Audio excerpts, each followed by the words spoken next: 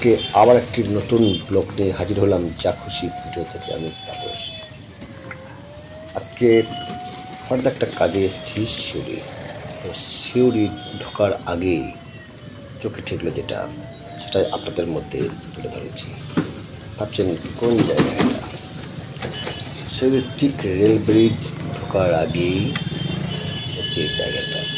এতটা কাদা, এই কাদা, আমরা গ্রামের ছেলে, কাদা মাখামাখি অভ্যাস আছে, কিন্তু শহরে যে এতটা কাদা হতে পারে এটা আমার জানা ছিল না।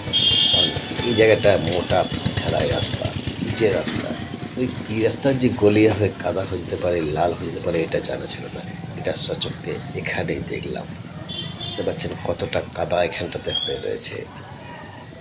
বাইকটা নিয়ে কোনো রকমে একটু করে এগিয়ে যেতে না যেতে পড়ে গেছে রেলগেট। আর আপনারা তো জানেন যে কতক্ষণ দাঁড়িয়ে থাকতে হবে আমাদেরকে এই কাদার মধ্যে।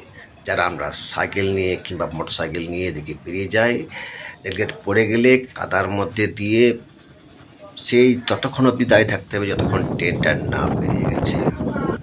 সবে মাত্র উপরে বিমটা চেপেছে, এখনো কাজ অনেকটা বাকি।